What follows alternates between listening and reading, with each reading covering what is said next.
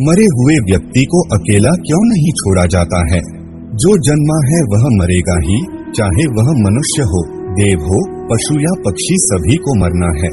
ग्रह और नक्षत्रों की भी आयु निर्धारित है और हमारे इस सूर्य की भी। इसे ही जन्म चक्र कहते हैं।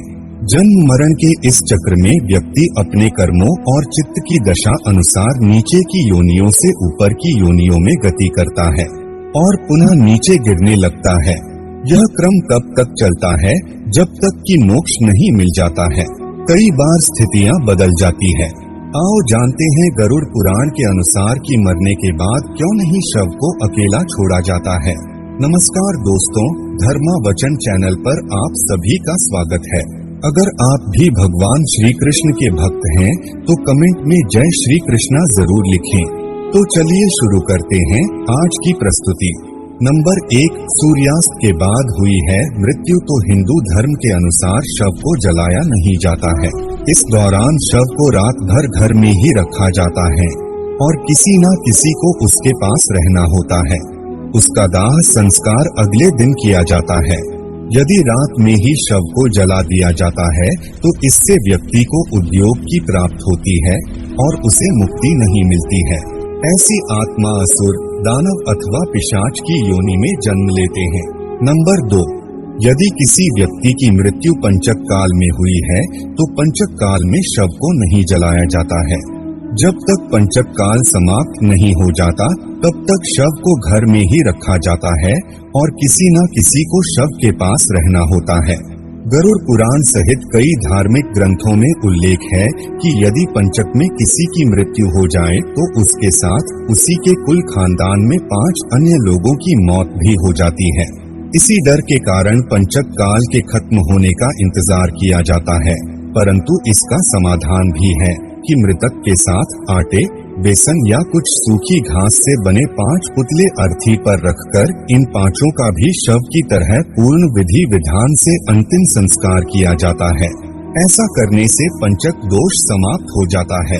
नंबर 3, यदि कोई मर गया है परंतु उसका दाह संस्कार करने के लिए उसका पुत्र या पुत्री समीप नहीं होकर कहीं दूर है तो उनके आने का इंतजार किया जाता है।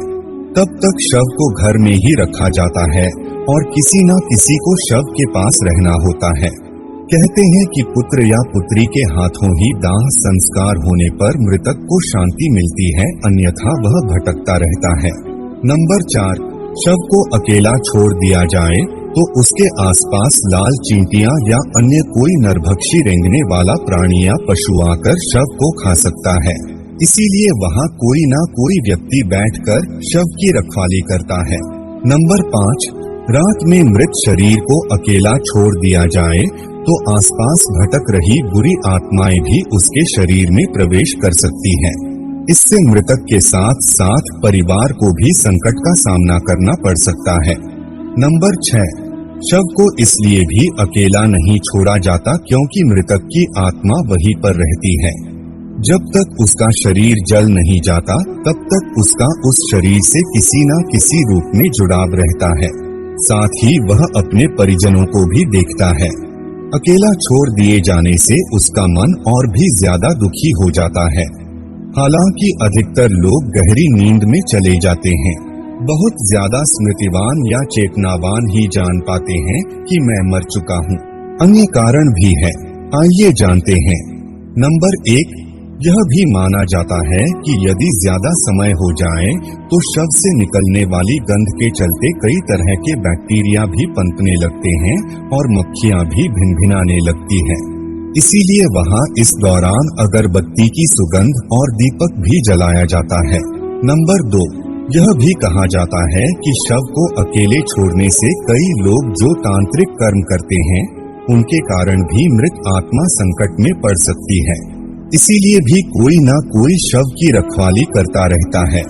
नंबर 3, शव के आसपास जगह को साफ सुथरा किया जाता है और धूप के साथ ही दीपक भी जलाया जाता है ताकि वहाँ दूर तक उजाला फैला रहे। इसका भी यह कारण है कि मृतक कहीं अधोगति में नहीं चला जाए, क्योंकि रात्रि के अंधकार में अधोगति वाले कीट पतंगे, रेंगने वाले जीव जंतु और निशाचर प्राणी ज्यादा सक्रिय रहते हैं। उस दौरान आत्मा यदि गहरी तंद्रा में है तो उसके अधोगति में जाने की संभावना भी बढ़ जाती है। उल्लेखनीय है कि भीष्म पितामह ने अधोगति से बचने के लिए ही सूर्य के उत्तरायण होने का इंतजार किया था।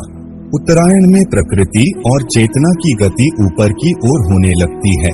पुराणों के अनुसार व्यक्ति की आत्मा प्रारंभ में अधोगति होकर पेड़ पौधे कीड़े पतंगे पशु पक्षी योनियों में विचरण कर ऊपर उठती जाती है और अंत में वह मनुष्य वर्ग में प्रवेश करती है। मनुष्य अपने प्रयासों से देव या द्वितीय वर्ग में स्थान प्राप्त कर सकता है। तो दोस्तों, आज के लिए बस इतना ही। उम्मीद करते हैं हमारे द्वारा दी गई जानकारी आपको पसंद आई होगी। तो मित्रों, अगर यह वीडियो आपको पसंद आई हो तो लाइक और शेयर जरूर कीजिएगा। अगर आपने हमारे चैनल को सब्सक्राइब नहीं किया है तो जरूर करिए। और हाँ, वीडियो को अंत तक देखने के लिए आपका बहुत बहुत धन्यवाद।